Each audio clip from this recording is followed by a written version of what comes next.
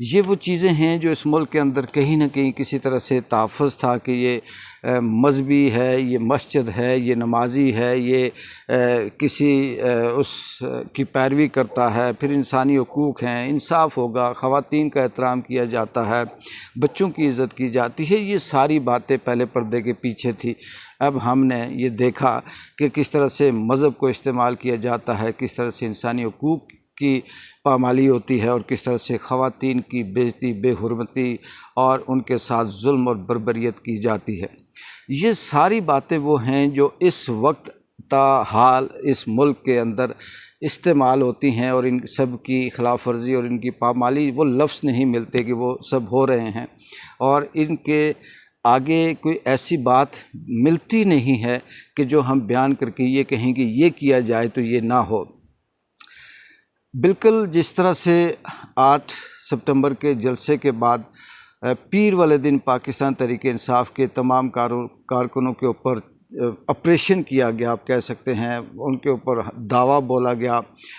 Timing کا نام دے کر گرفتاریاں کی گئی، کسی کے اوپر کلاشنکوف کا پرچہ ہے، کسی کے اوپر رستہ بدلنے کا پرچہ ہے، کسی کے اوپر تقریر غلط کرنے کا پرچہ ہے، کسی کے اوپر لمبی تقریر کرنے کا پرچہ ہے، اور وہ چائے کے کپ کی طرح ہوٹل کے اس کھانے کی طرح کے 2 گھنٹے کیوں لیٹ ہو گیا۔ تاریخ میں پہلی دفعہ دیکھا کہ پاکستان کے اندر اتنی بڑی سیاسی جماعت کا جلسہ، اور اس جلسے کو انہوں نے سیکنڈوں میں قید کر کے پھر پابند کر دیا، کہ کہا یہ گیا کہ جی اس نے یہ اوور لیٹ پھینکا جس کی وجہ سے اسے یہ والا جرمانہ ہوا، اور وہ ہوتا ہوا دیکھا۔ پھر اس سے نہ صرف گرفتاریاں، یہ جھوٹی FIR دیکھی، بلکہ وہ پارلیمنٹ جس کو مقدس جانا جاتا تھا، جس کے اندر 4 دیواری کے اندر تحفظ حاصل تھا کسی بھی انسان کو، اور خاص کر کے پارلیمنٹیرین کو، ان کی جو تحفظ ہے وہ دیکھا کہ لائٹیں بند کر کے ٹارچ سرچ لائٹ آپریشن آپ کہہ سکتے ہیں کر کے انہیں گھسیٹا گیا، لے جایا گیا، اور پیٹتے رہے وہ لوگ کہ ہم پارلیمنٹ کے اندر ہیں، مقدس جگہ ہے، یہاں پہ ہمیں تحفظ حاصل ہے۔ وہ سب کے سب جوتی کی نوک پر رکھ کر انہیں اٹھایا گیا، اور جس طرح سے کیسز بنے یہ سب کے سامنے ہیں۔ بات یہاں پر یہ ہوتی ہے کہ ایک تو قدرت کی لاٹھی بے آواز ہے، وہ کس طرح سے بندے کو ننگا کرتی ہے، کس طرح سے جھوٹ بولنے والے کو ایک وقت آتا ہے کہ وہ بتاتی ہے کہ یہ ساری زندگی آئین کا، قانون کا، انسانی حقوق کی بات کرتا رہا، چاہے وہ نون لیگ ہے، پیپلز پارٹی ہے، بلاول زرداری ہے، مریم نواز ہے، خواجہ ماجے مہاراجے گانجے ہیں، یا پھر شریف برادران ہیں، یا زرداری ہیں، یہ لوگ سارے کے سارے JUI ہو گئی، یہ کوئی مذہبی کارڈ کھیلتا تھا، کوئی انسانی حقوق کے کارڈ کھیلتا تھا، کوئی آئین کے کارڈ کھیلتا تھا، اور اللہ تعالیٰ نے پھر ان ہی کے ہاتھوں، ان ہی کی نگرانی میں، ان ہی کی موجودگی میں یہ دکھایا کہ یہ تقدس، یہ مقدس، یہ کچھ بھی نہیں ہے، جو چاہیں ہم کر سکتے ہیں، اور پھر ساری زندگی کے لیے ان کے چہرے پہ وہ والی مور لگا دی جو ہمیشہ ہمیشہ کے لیے ان کو نہ صرف بدنام کرے گی، ننگا کرے گی، بلکہ تاریخ میں بدترین حروفوں سے یہ لکھے جائیں گے۔ بات وہی ہے کہ مقدس وہ جگہ وہ ہوتی ہے جہاں مقدس لوگ بیٹھتے ہیں۔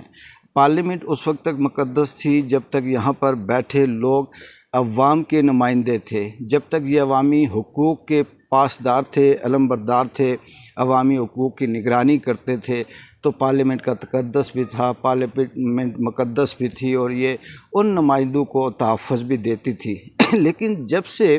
اس پارلیمنٹ کے اندر فارم 47 کا جتھا آ کر بیٹھ گیا، رجیم چینج کے لوگ آ کر بیٹھ گئے، جھوٹ بولنے والے بیٹھ گئے، حلف اٹھا کر جھوٹ بولنے والے بیٹھ گئے، وہ سپیکر جس نے پارلیمنٹ کے اندر پوری پارلیمنٹ کا کروڑوں لوگوں کے حقوق کے تحفظ کا حلف اٹھایا ہوا ہے، وہ جھوٹا بیٹھ گیا، جس کے اندر قاضی جیسے جھوٹے لوگوں کو قانون پاس کر کے قاضی جیسے لوگوں کو لایا گیا ہو، جس میں اس ملک کے اندر اس وقت جتنا بھی قانون چل رہا ہے، جو ترامیم ہوئی ہیں، یہ پارلیمنٹ سے ہوئی ہیں، یہ جھوٹی ہوئی ہیں، یہ غیر آئینی ہوئی ہیں، غیر قانونی ہوئی ہیں، پھر وہ پارلیمنٹ کس طرح سے مقدس رہے گی، کس طرح سے وہ تقدس بحال رکھے گی؟ اسی وجہ سے پھر اس قدرت نے اپنی لاٹھی کو جب سامنے لایا تو یہ لوگ نہ صرف ننگے ہوئے، بلکہ آپ یہ کہہ سکتے ہیں کہ وہ پارلیمنٹ جو مقدس جانی جاتی تھی، ان بے قدرے، بے مقدسے اور چور ڈاکوؤں کی وجہ سے اس کا تقدس بھی پامال ہوا، اور وہ بھی اسی طرح سے ننگی ہوئی جس طرح سے یہ لوگ خود ننگے ہیں۔ دیکھتے ہیں کہ آنے والے دنوں میں عمران خان کا جو عمران خان بامقابلہ طاقت ہے اس ریاست کی، اس میں سے کس کی جیت ہوتی ہے۔ آخر میں یہ کہوں گا کہ اصل مقصد قانون یا آئین یا وہ کیسز نہیں ہیں، اصل میں عمران خان سے خوف ہے۔ عمران خان کو بند رکھنا ہے اور بہانہ بنانا ہے، ڈیلے کرنا ہے اور کسی نہ کسی طرح سے وقت گزارنا ہے، اور اس وقت گزاری سے وہ گنجائش بھی نکالنی ہے جس سے یہ خود نکل کر بھاگ سکے۔ ایک بار انجوائے کو اجازت دیں۔ اللہ حافظ۔